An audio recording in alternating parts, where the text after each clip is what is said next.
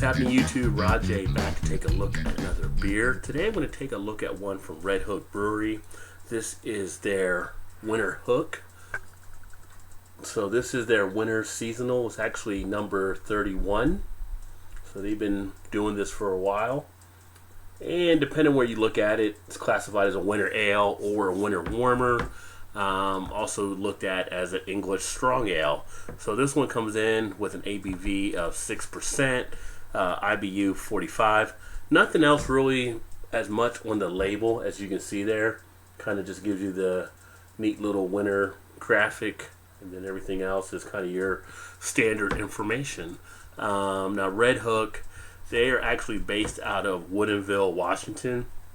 For a while they were actually seen as being a craft beer brewery out there, and although a lot of people still consider them that, they're actually, by technical definition, aren't still a craft brewery because of the ownership. So they still make some beers here and there.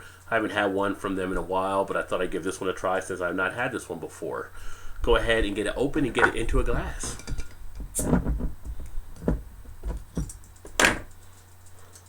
Neat little bottle cap. So I'm actually using a shaker pint glass here. Actually my old Budweiser glass, but because I never drink Bud, I never put Budweiser in it. It's kind of neat too if you look at the bottle compared to some of the other bottles out there. It's kind of got a unique shape, so kind of distinctive in that regard. Kind of like it. So we get it in a glass. We have easily a one finger head. The head itself, creamy type head, barely off-white. Get it to the light. Get a dark reddish, just past copper type color. Out of the light, it's just kind of a dark reddish orange. You actually do have some clarity there. Now I don't know if you can pick it up as much because of the light, but you can probably see through the other side. Not much cloudiness at all. You can see a lot of carbonation taking place. Carbonation does look very lively on this one. Looks like it should be somewhat a decent beer. It's got a great look on the appearance. The head itself already starting to dissipate, probably down to about a half finger of head right now, so easily it's starting to shrink down. Go ahead and get an aroma. I actually do get hit with some of that dankness up front. You get some of that pine smell from the hops that were used. You also get a nice balance where you do get some sweetness too. Get a little bit of a caramel type smell from the malts, which are custom in a lot of the beers, but with this one, it's kind of really actually is kind of balanced there. Not one really outdoing the other. Yeah, pretty decent smelling beer. Go ahead and get a taste. Now on the taste, you do get that nice bitterness feeling on the tongue, so you can tell that's got a pretty good range of IBU on this one.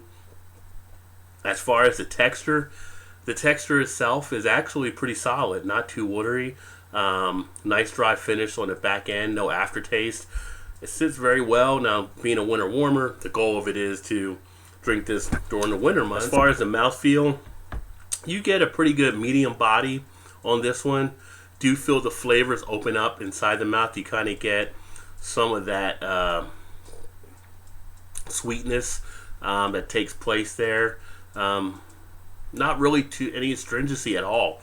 It actually smooths out very nicely. So pretty much a very nice tasting beer. Yeah, I mean, you look at this beer out there versus some of the other ones, it actually is pretty solid.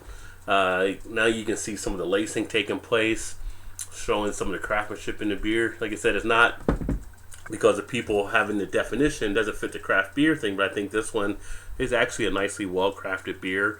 Had a 6% ABV. I could definitely see drinking a few of these and really sitting back and enjoying them. So take a look at the ratings. You know, you rate beer.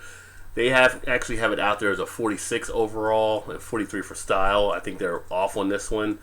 Beer Advocate actually has it at 81 for being good, and then 94 back when the brothers had rated this one before 2000.